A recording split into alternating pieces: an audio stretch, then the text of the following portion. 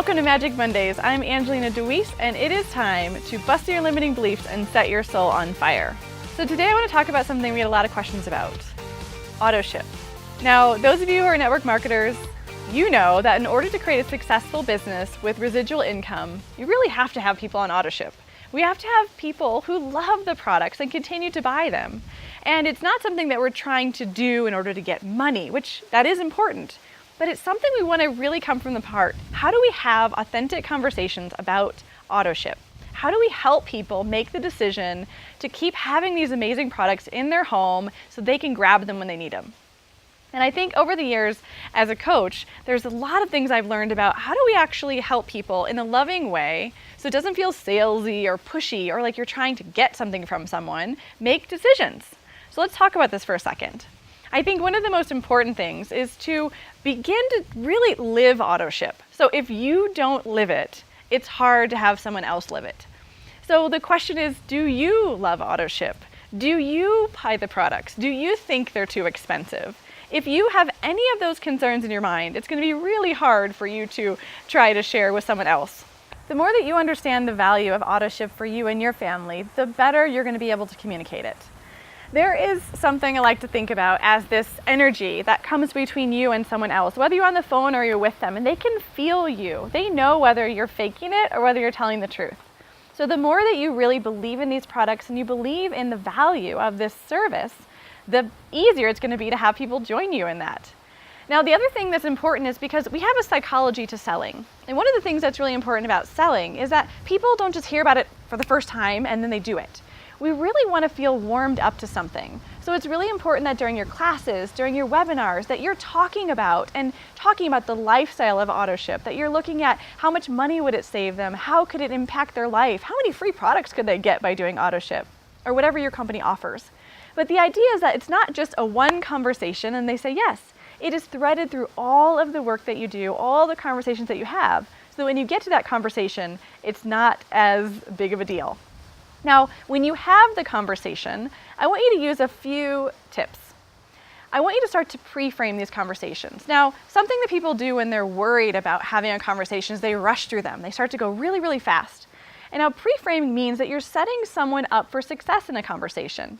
So what you might want to share with someone is, hey, I'm so excited to share with you about all the amazing opportunities with the products that I have. So I'd love to have 30 minutes and we can schedule that X date and you're ready to have that conversation.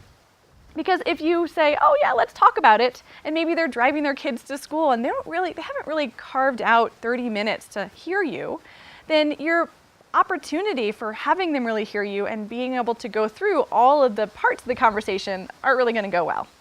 So now you've pre-framed the conversation, you have the person on the phone and you're starting to freak out and you're like, oh my gosh, I don't want to sound salesy, I don't want to push them, I don't want to make them do anything. So I have some really, really key things. First of all, it's important to be in service of them because sometimes we come to the call thinking about ourselves. How are we going to sound? What are we going to say? Are they going to like it or are they not going to like it? And so when you come thinking about their lives and how can you be of service to them and what they need, it's going to make this conversation a whole lot easier. But most of you are heart-driven, so I think you can do that part. But there's another part that trips people up, and that's when you get some objections. That's when you get people to say, oh, I'm not sure, or oh, I love this product more. And usually we freeze like a deer in headlights. And we're like, what do we say in this moment? Well, I have a really hot tip for you. Ready? Ask questions. When you ask questions, you are being curious and pulling out the next level of what they're saying because most people's objections are on the surface. And as we dig a little bit deeper, we get the real reason. Usually it's time, it's money, or they don't yet see the value in what you're sharing, okay? So you want to make sure not to just stop. Don't just stop right there. Please go a little further and get into what it really is. Now, when it comes to money, people have a lot of stuff about money. Now, you first want to deal with your own stuff about money and make sure you really believe in the value of these products. Make sure that you would spend the money to buy these products. But then after that, to help someone else think about how valuable is it to them. One of my favorite questions is to really sit down with somebody. If I were really in service of somebody else, I would say, oh my gosh, let's figure out how much money are you spending on these other things? How much money can we save you? How much can we help your family and your budget? So if they had a money concern, I'm going to help them. I'm going to start to make a plan, look to see what I can do with them. And I'm not just going to say, oh, okay, yeah, you don't have the money, no problem. Because if I did that, I'm really not serving them. I'm not helping them through that. But most people don't like to talk about money. Starting to ask, what are you spending? What are you doing? And being clear about how much this could save them is really, really important to having somebody say yes to Autoship.